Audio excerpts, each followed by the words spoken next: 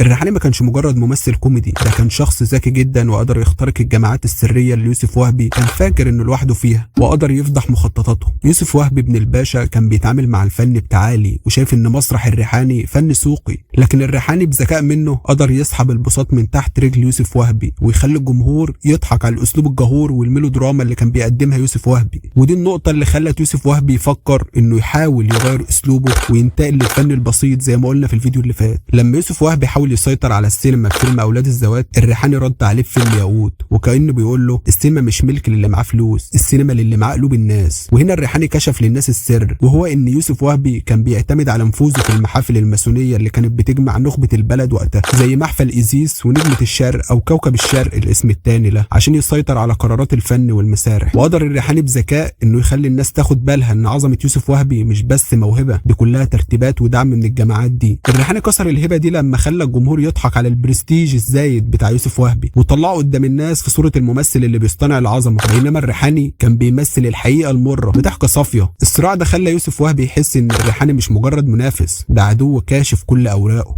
انضم يوسف وهبي ونجيب الريحاني للمحافل الماسونيه في مصر، وده كان امر عادي جدا لنخبه المجتمع والفنانين في العشرينات والثلاثينات. فلو تحب نعمل حلقه عن الموضوع ده كامل سيبوا له كومنت، عشان الناس فاكره في حلقه يوسف وهبي ان انا اتعمدت ما اتكلمش عن الموضوع ده. بس الحقيقه اللي شطبوها من التاريخ ان الريحاني ما كانش مجرد كوميديان، الريحاني كان قنبله موقوته ماشيه على الارض. ذكائه كان اخطر من رصاص الانجليز، ونكته كانت بتهز كراسي وزراء وعروش ملوك. اذا كان يوسف وهبي كسر طموحه جله بجبروته وارستقراطيته، فنجيب الريحاني غلب الكل بذكائه وصعلقته اللي اخترعها. نجيب الريحاني الراجل اللي دخل عش الدبابير والجمعيات السريه مش عشان يخدمهم، لكن عشان يسرق اسرارهم ويضحك عليها الشعب في المسرح. قاعد عاطل جعان مش لاقي لقمه، وروني جزار يديني حته لحمه، يديني حته عظمه وياخد ثمنها وفاء. صالح اتفضل كمل حضرتك. يلا ارسم لهم طريق السعاده. محفل كوكب الشرق ما كانش مجرد جمعيه سريه، ده كان النادي الدولي اللي بيجمع الصفوه من فنانين وسياسيين عشان يسيطروا على المشهد، واللي كان رئيس يوسف وهبي. اغلب العمالقه انضموا بحثا عن الحمايه والنفوذ، لكن الريحاني كان حاله خاصه، دخل وسطهم عشان يراقبهم ويحول طقوسهم وكبريائهم لماده سخريه توجعهم على خشبه المسرح قدام الغلابه. الريحاني انضم للجماعات دي فعلا، بس لما كان غيره بيستخدم العدويه عشان يتقرب للسلطه، الريحاني كان بيستخدم عينه عشان يراقبهم. كان بياخد اللي بيشوفه في صالونات الاكابر ويحولها لافيهات تفرقع في وشهم على المسرح وسط الغلابه، وكانه كان جاسوس شعبي في قلب مجتمعاتهم المغلقه. والنهارده هنعرف مين هو اكتر شخص كان منافس ليوسف وهبي وجاسوس الشعب وسط الجماعات السريه. نجيب ما كانش مصري ابا عن جد زي ما كتير فاكرين، والده الياس الريحاني تاجر خيل عراقي كلداني جه مصر واستقر فيها. نجيب اتولد وهو شايل على كتافه لغز الغريب، ملامح عراقي والقلب مصري والروح تايهه بين ارصفه القاهره. ده خلاه دايما حاسس انه لازم يثبت نفسه اكتر من اي حد تاني، وكأن الغربه كانت هي الوقود اللي خلاه يذاكر تفاصيل المصريين بدقه مرعبه لدرجه انه بقى بيعرف يضحكهم على وجعهم اكتر ما هم بيعرفوا يشرحوا وجعهم ويعبروا عنه. لكن لو الاب كان غريب فالام كانت هي الوتد المصري الاصيل. والدته كانت سيده مصريه من قلب القاهره، وهي اللي زرعت فيه خفه الدم وازاي يعبر عن مشاعره بسخريه ووجع في نفس الوقت ويفهم اسلوب المصريين ويقدر ينخرط بينهم. نجيب كان الخلطه المستحيله دي، صرامه وغموض والده العراقي مع ذكاء وسرعه بديهه امه المصريه، بس القدر ما كانش حنين عليه. سنه 1905 والده مات ونقل كل ثروته لبنت اخته اليتيمه، وترك اسرته في حاله ماديه صعبه بعد وفاته. وبدا نجيب يشق طريقه، وهنا بدات امه تضغط عليه عشان يشتغل شغلانه محترمه وتضمن له لقمه العيش. ومن هنا بدات ماساه موظف الحسابات اللي ما بيعرفش يجمع ولا يطرح غير في وجع الناس. من سنه 1910 و1912 نجيب الريحاني ما كانش لسه الريحاني اللي نعرفه، كان مجرد موظف حسابات فاشل في شركه السكر والتقطير بمدينه نجع حمادي. تخيلوا ملك الضحك ده وهو محبوس بين ارقام ودفاتر في عز حر الصعيد عشان بس يرضي والدته ويضمن لقمه العيش. لكن الريحاني كان عنده لعنه اسمها الموهبه، وبدل ما يسجل ارباح السكر كان بيسجل سخريه العمال من المدير. وفي لحظه واحده انفجر البركان وانطرد باهانه من الوظيفه بسبب استهتاره بالارقام وانشغاله بالفن. ايوه وعلشان اريحك الله يريح بالك يا ابني اعلنك بكل سرور نعم. ان حضرتك مرفوض من الدايره. كده ميرسي، ربنا يسر خاطرك. ورجع للقاهره تاني بشنطه هدومه وقلبه المكسور. في مذكراته الريحاني بيحكي عن ايام الجوع الصعبه اللي عاشها بعد الطرد ده، ايام كان بيمشي فيها على رصيف شارع عماد الدين وريحه طبيخ البيوت بتذله وهو مش معاه تمن رغيف عيش. الجوع ده هو اللي صنع وحش التمثيل اللي جواه. الريحاني قرر في اللحظه دي انه مش هيجوع تاني، وان العالم لو رفض يديله حقه بالذوق هياخده بالفن والسخريه من كل مدير وكل وزير وكل واحد شبعان والناس حواليه بتموت من الجوع. سنه 1919 مصر ما كانتش بتغلي في الشوارع بس، دي كانت بتنفجر على خشبة مسرح نجيب الريحاني. في الوقت اللي كان فيه الرصاص موجود في الميادين، الريحاني فتح جبهة تانية خالص، جبهة الضحك اللي بيحرق الظلم. الريحاني في الفترة دي ما كانش مجرد مشخصاتي، ده كان دينامو الثورة. شكل مع بديع خيري والموسيقار سيد درويش اخطر مثلث رعب عرفه الاستعمار البريطاني. مسرحيات زي ولو وقولوله اللي اتعرضوا في سنة 1919.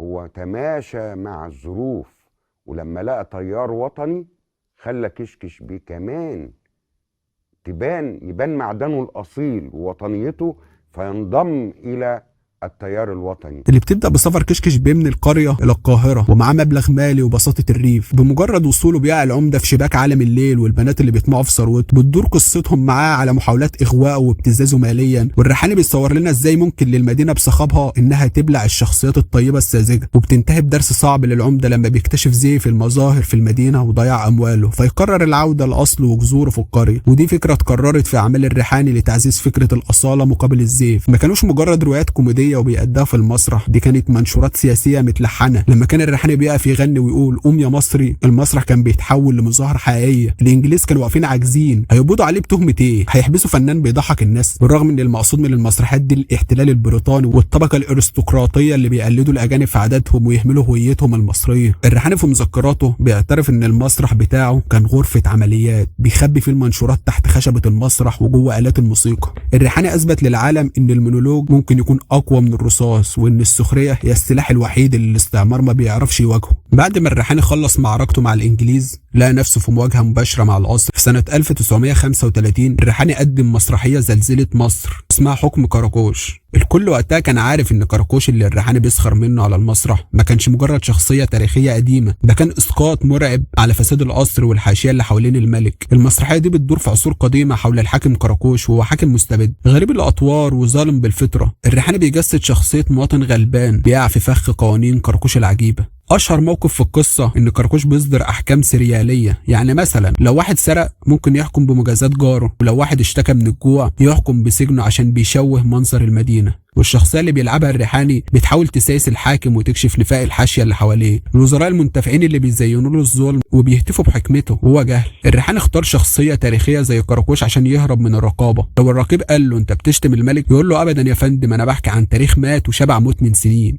1935 كان في استبداد سياسي وتدخل من الملك والحاشيه في حياه الناس. الجمهور في المسرح كان اول ما بيسمع كراكوش بيقول قرار ظالم يضحكوا ويسقفوا، وهم بيبصوا لبعض وكانهم بيقولوا ده يقصد الملك بالظبط. المسرحيه ما كانتش بتضحك على نكت، كانت بتضحك على شر البليه. الريحاني حلل فيها سيكولوجيه النفاق، ازاي الحاكم الظالم ما بيستمرش الا بوجود طابور من المنافقين حواليه. المسرحيه دي من اوائل الاعمال اللي قدمت الكوميديا السوداء في مصر، يعني تضحك وانت قلبك موجوع من كتر الظلم اللي بتشوفه بيتحول لمسخره. الريحاني في حكم كراكوش ما كانش بيمثل، ده كان بيمارس السياسه بالضحك، كان بيفرج الملك والحكومه على صورتهم في مرايه التاريخ بس من غير ما يمسكوا عليه غلطه. العبقري ده قدر يخلي الصاله كلها تهتف ضد الظلم، وهم فاكرين انهم بيضحكوا على حاكم من 1000 سنه، وهي دي قمة الإبداع الفني. الريحاني كان عنده جراءة تحرج أي حد، كان بيشتم الظلم والفساد في وش السلطة والملك قاعد في المقصورة بيتفرج.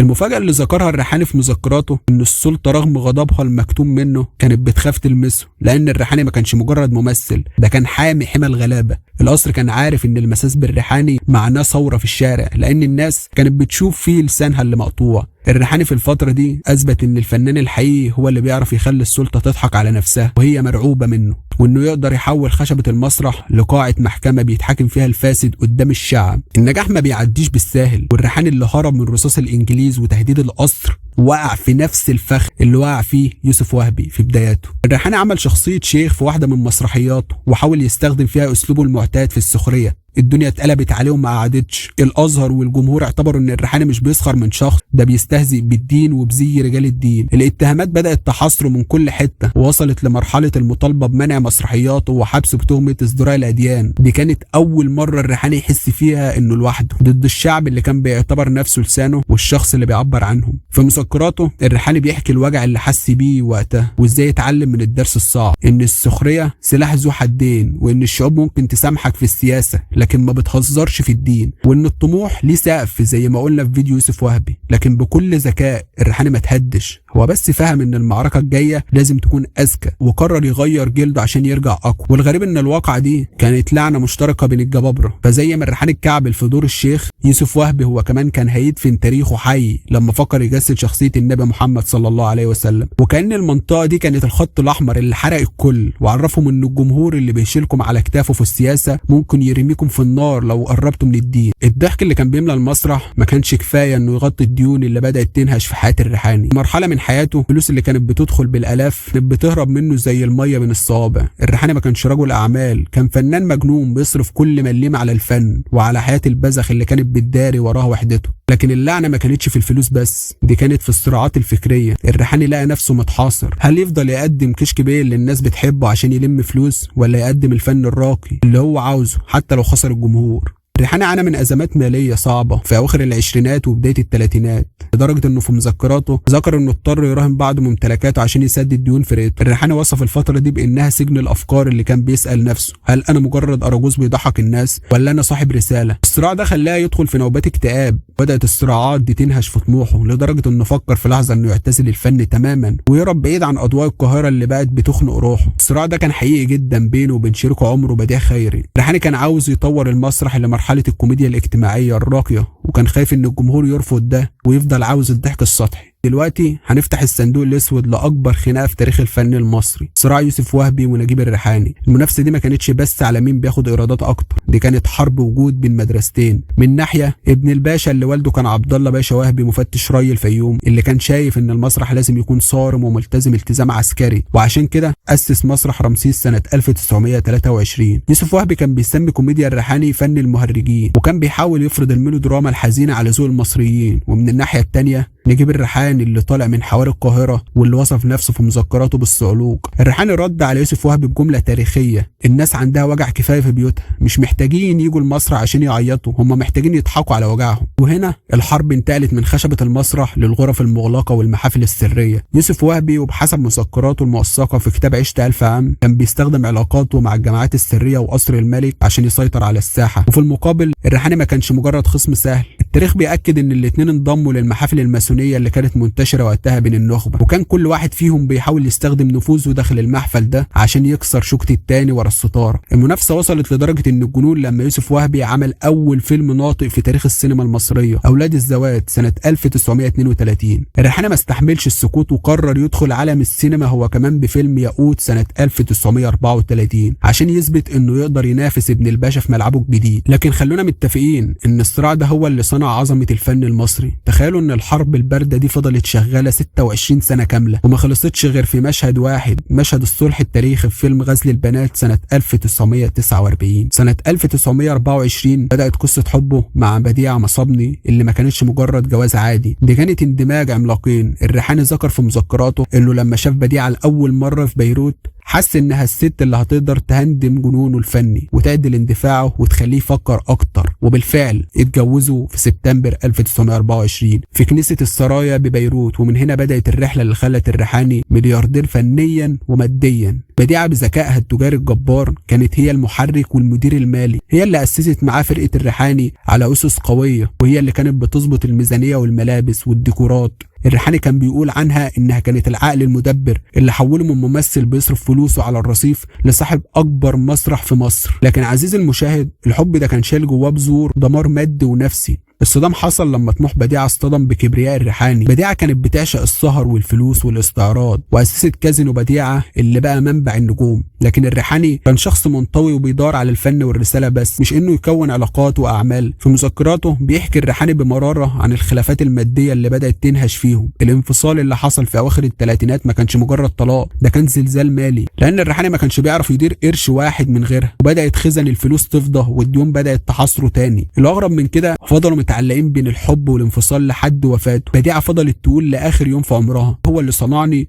وانا اللي حميته من نفسه. وكانها بتعترف ان الحب ده كان هو الوقود اللي خلاه ينجح واللعنه اللي خلصت على ثروته في النهايه. بديعة مصابني بذكائها اللي بقى شرير المره دي قدرت تسيطر على المقدرات الماليه للفرقه. الصراع وصل لمرحله ان الريحاني لقى نفسه غريب في مسرحه. الست اللي كان بيثق فيها ثقه عمياء قدرت بخبرتها في الاداره انها تخليه مجرد موظف او شريك سوري في مكان هو صاحبه ومبدعه الاول. الخيانه هنا ما كانتش خيانه مشاعر وبس، الناس دي كانت خيانه طموح. بدأ انفصلت بفرقتها الخاصه واخدت معاها جزء من عصب الفرقه والنجوم اللي الريحاني تعب في تدريبه، والاخطر انها جردته من السيوله الماديه اللي تخليه يقدر يفتح ستاره المسرح تاني. في مذكراته الريحاني بيحكي بمراره انه لقى نفسه في لحظه لوحده، لا مسرح لا فلوس ولا حتى شريكه حياه تسنده في مرضه اللي بدأ يهاجمه. ملك الكوميديا اللي كان بيضحك الملايين بقى بيقعد في بيته بالايام ما بيسمعش غير صدى صوته، وبيشوف ثروته اللي ضاعت في صراعات قضائيه وماليه ما كانش هو طرف فيها غير بطيبته الزايده. اللحظه دي كانت بدايه النهايه الحقيقيه، لان الريحاني ما كسرهوش المرض، اللي كسر هو الغدر من اقرب الناس ليه. سنه 1949 السينما كانت على موعد مع مشهد مستحيل يتكرر. لما نتكلم عن غزل البنات احنا مش بنتكلم عن فيلم، احنا بنتكلم عن اضخم تجمع للثروه الفنيه في تاريخ مصر. انور وجدي بذكائه الانتاجي قرر انه يعمل فيلم للتاريخ، وصرف عليه ميزانيه كانت وقتها تخض اي حد عشان يجمع الكريمه بتاعت الفن في كادر واحد.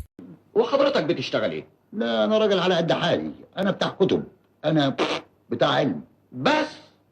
الاستاذ حمام مدرس اللغه العربيه الغلبان اللي بيلبس بدله متهالكه وشايل هموم الدنيا فوق كتافه، القدر بيحطه في طريق ليلى بنت الباشا الغنيه والمستهتره. حمام بيقع في حبها بس حب صامت وعارف انه مستحيل. الفيلم بيوريك الصراع الطبقي بس بشكل يخليك تضحك والدمع في عينك، خصوصا لما حمام بيحاول يحمي ليلى من الشاب اللي عاوز يضحك عليها، وبيلاقي نفسه في الاخر بيضحي بسعادته عشان هي تكون سعيده. انور وجدي دفع اجور كانت تعتبر ارقام فلكيه وقتها. تخيل انك بتجيب ليلى مراد اغلى نجمه في الوقت ده، ومعاها الموسيقار محمد عبد الوهاب اللي ظهوره كان بوزن الذهب، والعملاق يوسف وهبي، وطبعا الهرم نجيب الريحاني. الديكورات وتصوير القصور والعربيات الفارهه خلت الفيلم يتكلف الاف الجنيهات، وده رقم كان ممكن ينتج 10 افلام تانية وقتها. العظمه هنا مش بس في الفلوس، دي في التنازلات. ان يوسف وهبي ابن الباشا يوافق يظهر كضيف شرف عشان يسند الريحاني، دي كانت رساله ان الفن اكبر من اي صراع. والمشهد العبقري لما الريحاني كان بيعيط حقيقي في اغنيه عاشق الروح وهو بيسمع عبد الوهاب، الدموع دي ما كانتش تمثيل، دي كانت دموع انسان حاسس ان دي اخر مره هيقعد فيها القعده دي. الفيلم ده هو اللوحه الكامله اللي رسمها انور وجدي عشان يخلي بيها نجيب الريحاني. في الفيلم ده القدر قرر ينهي حرب ال26 سنه بين يوسف وهبي ونجيب الريحاني بطريقه تكسر القلب. يوسف وهبي العملاق اللي كان دايما بطل مطلق وافق يظهر في الفيلم سنيد او ضيف شرف، كانه كان حاسس ان ده الوداع مع صاحبه نجيب الريحاني. يوسف وهبي ظهر بشخصيته الحقيقيه، الفنان المشهور اللي بيفتح بيته وقلبه للاستاذ حمام المدرس الغلبان. اللحظه دي كانت اعتراف علني من الارستقراطي لعظمه الصعلوق. لكن ركزوا في عين الريحاني وهو بيشرح النحو لليلى مراد. الريحاني ما كانش بيشرح قواعد لغه، ده كان بيشرح حاله. الكسره اللي كانت في عينه وهو بيقول كان فعل ماضي ناقص كانت بتلخص حياته اللي ضاعت وفلوسه اللي هربت وحبه اللي خانه. الريحاني في غزل البنات ما كانش بيمثل، كان بيحكي عن نفسه. على فكره الريحاني رحل وهو مش عارف ان الكسره اللي كانت في عينه في الفيلم ده هي اللي هتخلده في قلوب المصريين للابد، وانه اخيرا كسب حبه الاخير، حب الجمهور اللي ما بينتهيش. وفي عز ما مصر كلها كانت مستنيه تشوف لقاء العمالقه في غزل البنات، القدر كان عنده راي تاني. في يونيو 1949 الريحاني اصيب بمرض التيفود، المرض اللي نهش جسمه في ايام قليله. المأساة مش بس في الموت، المأساة ان الريحاني مات وهو فاضل له مشهد واحد بس ويخلص الفيلم، المشهد الاخير اللي كان المفروض يجمع كل ابطال العمل في نهايه سعيده. المخرج انور وجدي لقى نفسه في ورطه واضطر يغير نهايه الفيلم عشان يتماشى مع غياب البطل. اكتفى بمشهد ليلى مراد وهي بتركب العربيه مع انور وجدي وبتسيب الاستاذ حمام واقف لوحده بيبص عليهم بنظره وداع حزينه. صحيت هنايا فداه